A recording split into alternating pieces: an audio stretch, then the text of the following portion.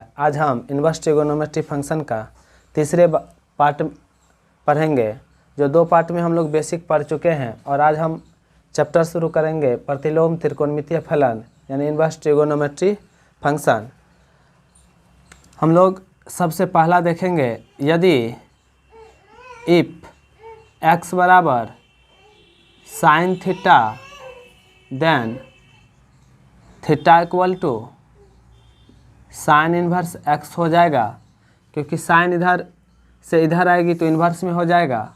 इसको पढ़ेंगे sign inverse x, लेकिन इसका कंडीशन होगा, सबसे पहला कंडीशन होगा कि x का जो मान होगा -1 के बराबर और -1 से बड़ा, लेकिन +1 के बराबर और +1 से छोटा होना चाहिए। तथा दूसरा कंडीशन होगा थीटा का जो मान होगा -90 से बड़ा और उसके बराबर, लेकिन +90 से छोटा और उसके बराबर होना चाहिए। जैसे इसका एग्जाम्पल देख लेंगे। इसका पहला एग्जाम्पल हो जाएगा, जैसे साइन π/4 बराबर 1/√2 होता है, तो साइन उधर ले जाएंगे तो क्या हो जाएगा, साइन इन्वर्स 1/√2 बराबर π/4। दूसरा एग्जाम्पल हो जाएगा साइन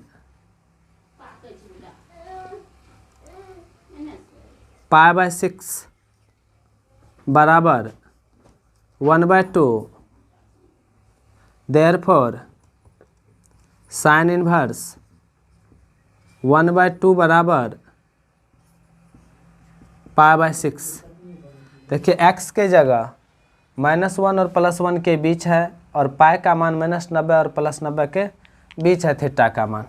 लेकिन तीसरा एग्जाम्पल देख लीजिए, यदि साइन -2π/3 बराबर इसका मान होता है √3/2, लेकिन यदि साइन को इन्वर्स उधर ले जाएंगे तो इन्वर्स हो जाएगा, साइन इन्वर्स √3/2 2π/3 के बराबर नहीं होगा, क्योंकि थीटा का मान यदि हम लोग 2π/3 को थीटा में तोड़ते हैं डिग्री में, तो इसके बीच नहीं आता। जैसे 2 × 180/3 6 18 120 डिग्री हो जाता है, और 120 डिग्री इसके रेंज में नहीं आती है। इसका मान इस स्थिति में होना चाहिए -90 से +90 के बीच, लेकिन -90 और +90 के बराबर भी होगा, और यह +90 से अधिक हो जाती है, इस कारण यह बराबर नहीं होगा।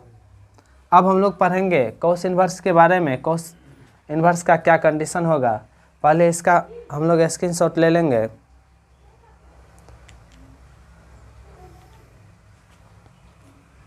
अब हम पढ़ेंगे दूसरा ITF इन्वर्स ट्रिगोनोमेट्री फंक्शन। दूसरा होगा, यदि x बराबर कॉस थीटा, तो x थीटा बराबर क्या होगी, थीटा बराबर कॉस इन्वर्स x। इसको पढ़ेंगे कॉस इन्वर्स x। कंडीशन इसका क्या सब होगी,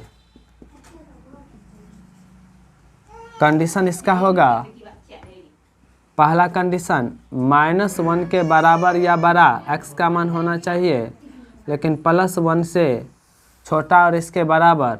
एवं दूसरा कंडीशन थीटा का मान या तो 0 के बराबर या 0 से बड़ा, लेकिन 180 के बराबर या 180 से छोटा होना चाहिए। जैसे इसका एग्जाम्पल देख लेंगे। पहला एग्जाम्पल होगा, यदि कॉस π/4 बराबर 1/√2, तो कॉस इन्वर्स 1/√2 बराबर, यह इधर चले जाएगा तो π/4 बचेगा। दूसरा कॉस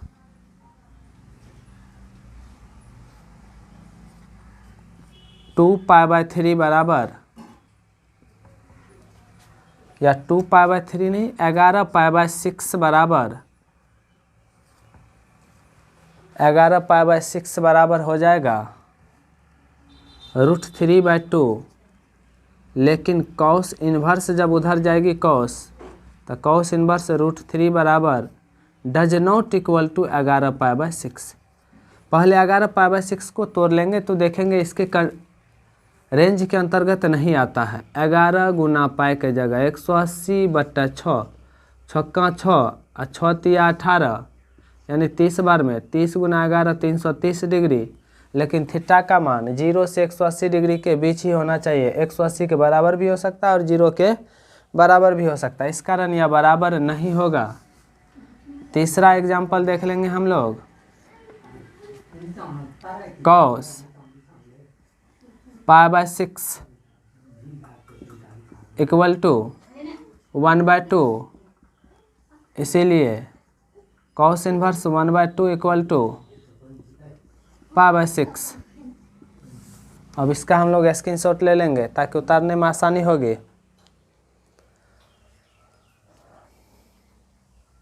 अब हम लोग इसके बाद तीसरे त्रिकोणमितीय अनुपात के बारे में पढ़ेंगे, त्रिकोणमितीय इन्वर्स के बारे में। तीसरा हो जाएगी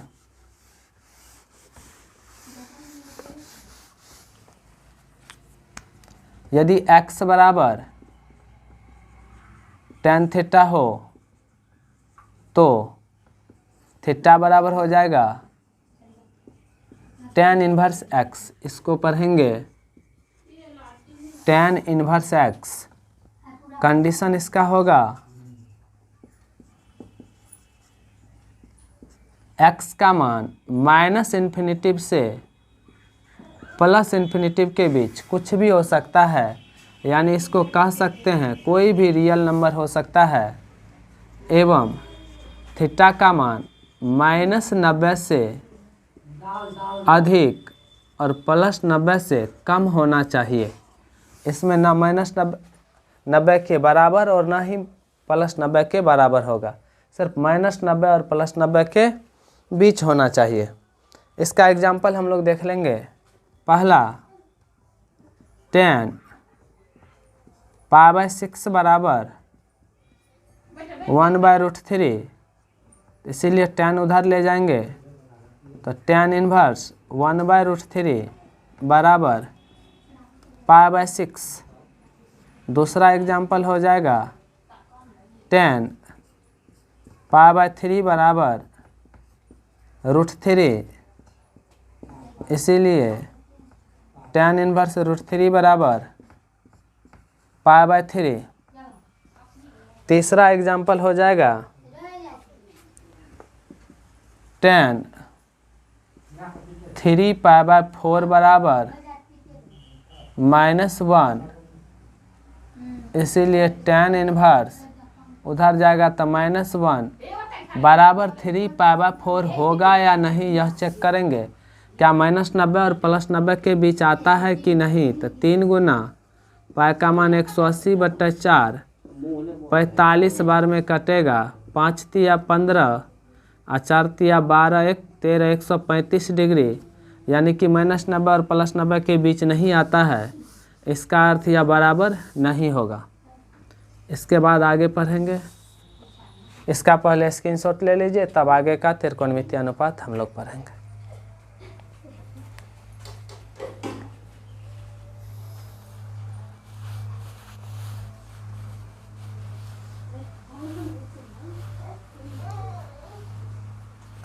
अब हम लोग पढ़ेंगे कॉट के बारे में।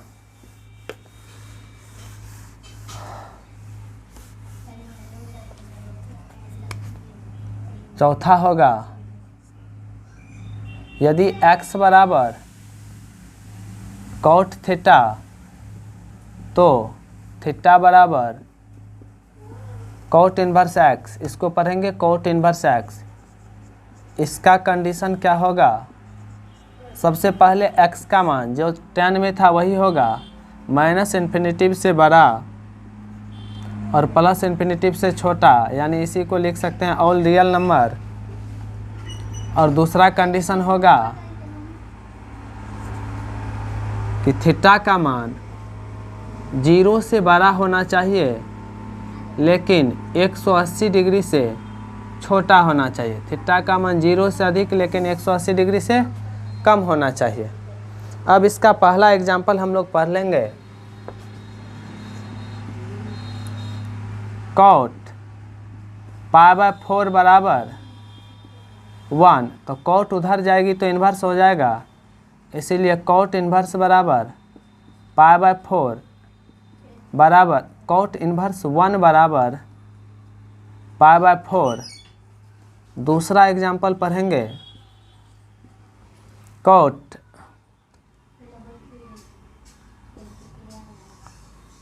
π/3 बराबर 2π/3 बराबर हो जाएगा 1/√3। कॉट उधर जाएगी तो कॉट इन्वर्स 1/√3 बराबर 2π/3। इसका देख लेंगे क्या यह कंडीशन में आता कि नहीं। 2 × 180 बट्टा 3, 60 × 180, 60 × 120, 0 और 180 के बीच है, तो इसका मतलब यह सही है। तीसरा एग्जाम्पल पढ़ लेंगे। कॉट 5π/4 बराबर 1, तो इसीलिए कॉट इन्वर्स 1 बराबर 5π/4। लेकिन इसको चेक करना होगा क्या इसके रेंज में आता है कि नहीं। तो हम लोग 5 × π को 180 बट्टा 4 45 बार में कटेगा। 45 पंचे 5 25, 5 के 20 2 22, 225 डिग्री। लेकिन इसका रेंज है 0 डिग्री से 180 डिग्री के बीच, इसका मतलब यह बराबर नहीं होगा। अब कोट का हम लोग उतार लेंगे, स्क्रीनशॉट ले लेंगे ताकि आसानी होगी उतारने में। इसका मान -1 से छोटा या इसके बराबर लेकिन +1 से बड़ा एवं उसके बराबर होना चाहिए। और दूसरा कंडीशन है सेक इन्वर्स का x का मान 0 से अधिक और उसके बराबर थीटा का मान लेकिन पाई से के बराबर या उससे छोटा होना चाहिए। लेकिन दूसरा कंडीशन है कि थीटा का मान डज नॉट इक्वल टू π/2 होना चाहिए, क्योंकि हम लोग जानते हैं कि सेक π/2 का मान कितना होता है। सेक 90 का मान अपरिभाषित होती है, इस कारण थीटा का मान π/2 नहीं होना चाहिए। इसका एग्जाम्पल हो जाएगा। सबसे पहला सेक π/4 बराबर √2, इसीलिए सेक इन्वर्स √2 बराबर π/4। दूसरा होगा सेक π/3 इक्वल टू 2, इसीलिए सेक इन्वर्स 2 बराबर π/3 etc। इसका पहले स्क्रीनशॉट ले लेंगे, तब हम लोग आगे बढ़ेंगे। हम लोग कोसेक इन्वर्स मात्र एक त्रिकोणमितीय अनुपात बच गया जिसका इन्वर्स निकालना है। कोसेक इन्वर्स बचा है। अब कोसेक इन्वर्स देख लेंगे। यदि थीटा बराबर कोसेक x बराबर कोसेक थीटा हो तो थीटा बराबर हो जाएगा कोसेक इन्वर्स x। इसका भी कंडीशन होगा x का मान -1 से छोटा और +1 से बड़ा या उसके बराबर होना चाहिए। एंड दूसरा कंडीशन होगा थीटा का मान -90 के बराबर और उसके से बड़ा लेकिन +90 से छोटा एवं उसके बड़ा होना चाहिए। लेकिन इसमें थीटा का मान डज नॉट इक्वल टू 0 होना चाहिए, क्योंकि हम जानते हैं कि कोसेक 0 डिग्री का मान क्या होता है, अपरिभाषित होता है। इसका एग्जाम्पल देख लेंगे। कोसेक π/6 का मान 2 होगा तो कोसेक उधर जाएगी, तो कोसेक इन्वर्स 2 बराबर π/6। दूसरा हो जाएगा कोसेक π/4 इक्वल टू √2, इसीलिए कोसेक इन्वर्स √2 बराबर π/4 हो जाएगा। अब हम 6 त्रिकोणमितीय अनुपात के इन्वर्स के बारे में एवं उसके कंडीशन के बारे में पढ़ चुके हैं। कंडीशन में सबसे पहला यह कंडीशन डोमेन हो गया, यह थीटा वाला जो है x का जो मान हुआ वह डोमेन यानी प्रांत हो गया, और थीटा का मान जितना भी पढ़े थे वह रेंज हो गया। अब 6 का 6 त्रिकोणमितीय अनुपात का डोमेन और रेंज इस तरह यदि हम लोग याद करेंगे तो थोड़ा कठिनाई होगी, लेकिन एक नया डायग्राम के द्वारा याद करेंगे तो हमें आसानी होगी। जो डायग्राम हम जितना बताएं उसका एक ही डायग्राम में सारे याद कर लेंगे तो सबसे आसान होगी और सवाल बनाने में भी हमें आसानी होगी। इसको देख लेंगे। अब हम इसका देखेंगे जितना पढ़े उसका एक डायग्राम के अनुसार कि सभी त्रिकोणमितीय फंक्शन या ITF का इन्वर्स ट्रिगोनोमेट्री फंक्शन का क्या डोमेन है और क्या रेंज है। इसी आधार पे हमें सवाल बनेगी। एक चैप्टर तो सिर्फ रेंज पे ही बन जाएगी। अब जैसे देखेंगे पहला x बराबर या थीटा बराबर जब साइन इन्वर्स x हो, जब थीटा बराबर साइन इन्वर्स x हो तो डोमेन का मान क्या होगा, रेंज क्या होगा। दूसरा जब थीटा बराबर कॉस इन्वर्स x हो तो क्या होगा। तीसरा जब थीटा बराबर टैन इन्वर्स x हो तो क्या होगा। चौथा जब थीटा बराबर कॉट इन्वर्स x हो तो क्या होगा। थीटा बराबर सेक इन्वर्स x हो तो डोमेन और रेंज क्या होगा, और थीटा बराबर कोसेक इन्वर्स x हो तो डोमेन और रेंज क्या होगा। इसको निकालने के लिए याद करने का सबसे बेहतर और आसान तरीका है, हम लोग याद कर लेंगे सिर्फ एक पर एक फेरी। याद करेंगे एक पर एक फेरी तो बेहद आसान से याद हो जाएगी।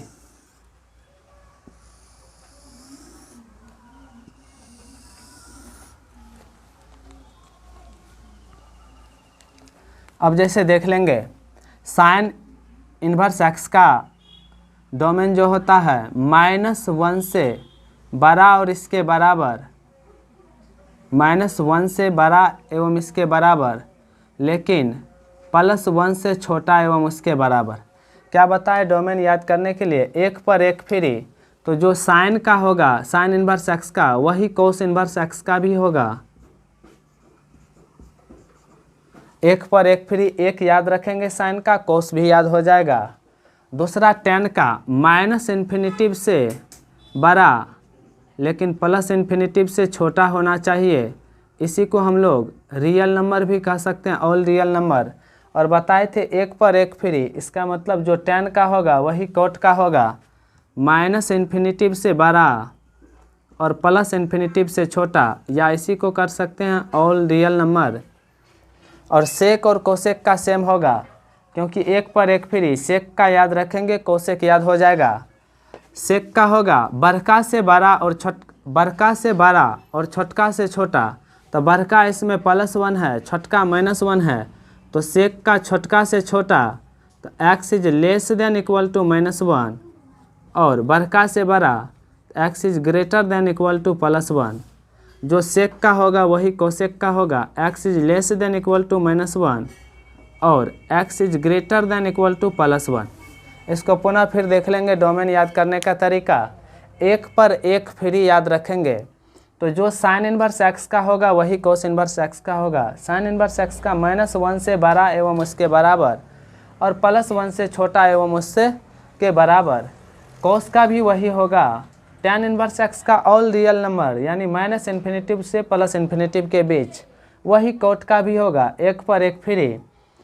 सेक और कोसेक का याद रखेंगे बड़का से बड़ा छोटका से छोटा। सेक इन्वर्स x का याद रखेंगे बड़का से बड़ा छोटका से छोटा, तो बड़का से बड़ा बड़का +1 है, छोटका -1 है, तो बड़का से बड़ा और उसके बराबर, छोटका से छोटा और उसके बराबर, वही कोसेक का होगा। डोमेन में हम लोग पढ़े एक पर एक फ्री, लेकिन रेंज पे पढ़ेंगे एक पर दो फ्री। रेंज में पढ़ेंगे एक पर दो फ्री, तो इसका साइन का होता है -90 से बड़ा और इसके बराबर, लेकिन +90 से छोटा और उसके बराबर। हम क्या बताएं एक पर दो फ्री, तो थोड़ा इसमें याद रखना होगा, जो साइन का होगा वही टैन का होगा।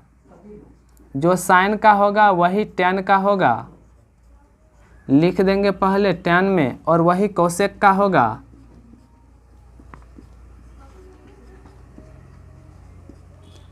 लेकिन याद रखेंगे टैन में बराबर नहीं होना चाहिए, टैन में बराबर नहीं होता है, सिर्फ -90 से +90 के बीच होता है। और कोसेक में होता तो साइन के ही जैसा है, लेकिन theta does not equal to 0 होता है, क्योंकि 0 डिग्री पे कोसेक का मान हम लोग जानते हैं अपरिभाषित होता है। इस कारण theta does not equal to 0। 1 पर 2 फ्री, 1 याद रखे 2 याद हो गया, 1 याद रखे 2 याद हो गया, इसमें 1 पर 1 फ्री, इसमें 1 पर 2 फ्री। दूसरा कोसेक का हम लोग याद रखेंगे 0 से बड़ा होना चाहिए थीटा का मान, 0 से बड़ा और उसके बराबर, 180 से छोटा और उसके बराबर, और 1 पर 2 फ्री। तो जो कोस का रहेगा वही कोट और सेक का रहेगा, 0 से बड़ा और उसके बराबर, यहाँ भी वही लिखेंगे। लेकिन फिर जिस तरह से टैन में बराबर नहीं होता है उसी तरह से कोट में भी बराबर नहीं होगा, 0 और 180 डिग्री के बीच ही मान होता है।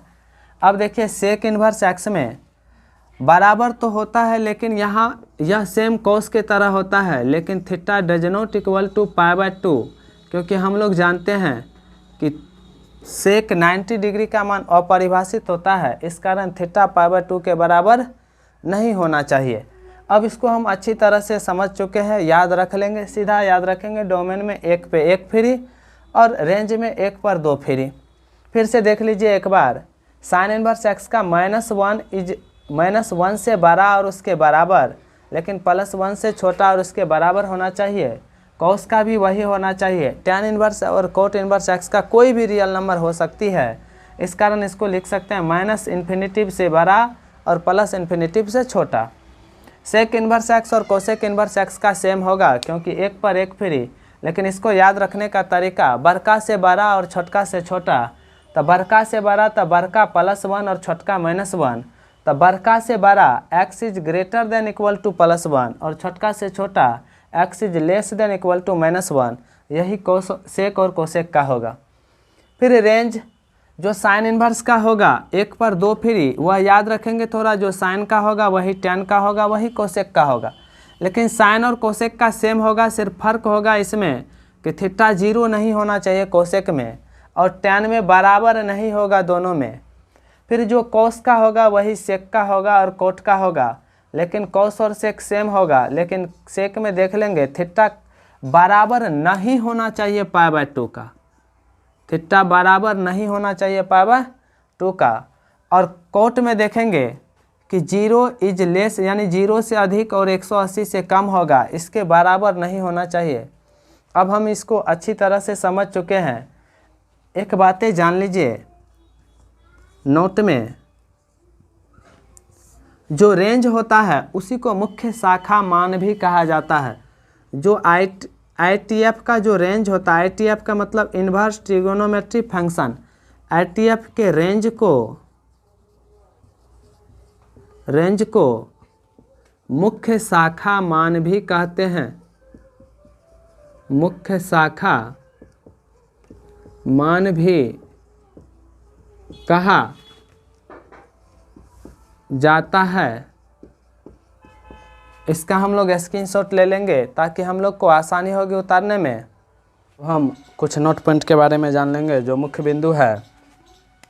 जैसे नोट 1, साइन इन्वर्स एक्स को हम यह कभी नहीं लिख सकते हैं कि 1/sin x, यह लिखना बिल्कुल गलत है। या दूसरा नोट, हम लोग जब साइन इन्वर्स इस तरह जब रहेगी साइन x का होल इन्वर्स, तब हम लोग लिख सकते हैं 1/sin x। जब होल इन्वर्स रहेगी तो लिख सकते हैं। तीसरा नोट जान लीजिए कि sine inverse x, cos inverse x, tan inverse x, इसी को arc sine x arc cos x, arc tan x भी लिखा जाता है, भी लिखा जाता है। अब इससे हम अगले वीडियो में जानेंगे और हम देख लेंगे अभी तक जो भी पढ़े वह इन्वर्स ट्रिगोनोमेट्री फंक्शन का थ्योरी था, और नेक्स्ट वीडियो में भी हम लोग थ्योरी ही पढ़ेंगे। जब इसका थ्योरी पूरा कंप्लीट हो जाएगा तब हम लोग सवाल पे चलेंगे, और तब बेहद आसान हो जाएगी चैप्टर आपको। यदि आप किसी भी चैप्टर का थ्योरी अच्छे तरीके से पढ़ लेते हैं तो चैप्टर की सवाल बनाना बहुत ही आसान होती है। दिक्कतें कहाँ होती है, हम लोग थ्योरी अच्छे से पढ़ते नहीं हैं लेकिन सवाल बनाना प्रारंभ कर देते हैं, इस कारण हम लोग को थोड़ा कठिनाई महसूस होती है। लेकिन जब थ्योरी हम लोग अच्छे से पढ़ लेंगे तो सवाल बनाने में कोई दिक्कतें महसूस नहीं होगी। अब इससे अगले वीडियो में हम लोग प्रॉपर्टी ऑफ ITF पढ़ेंगे, यानी इन्वर्स ट्रिगोनोमेट्री फंक्शन का गुण पढ़ेंगे, क्या गुण है। और जैसे ही प्रॉपर्टी समाप्त होगी हम लोग चलेंगे तब सवाल पे। तो कल से या अगले वीडियो से हम लोग प्रॉपर्टी पढ़ेंगे ITF का, इन्वर्स ट्रिगोनोमेट्री फंक्शन का। आप यदि पिछला वीडियो जो नहीं देखे हैं वह डिस्क्रिप्शन लिंक में बॉक्स में डाला हुआ लिंक देख ले पिछला वीडियो, ताकि समझने में आसानी होगी। और आप हमारे साथ बने रहिए, कोई भी दिक्कतें मैथ में नहीं होगी। मिलते हैं अगले वीडियो में, आज के लिए बस इतना ही। Bye bye, take care.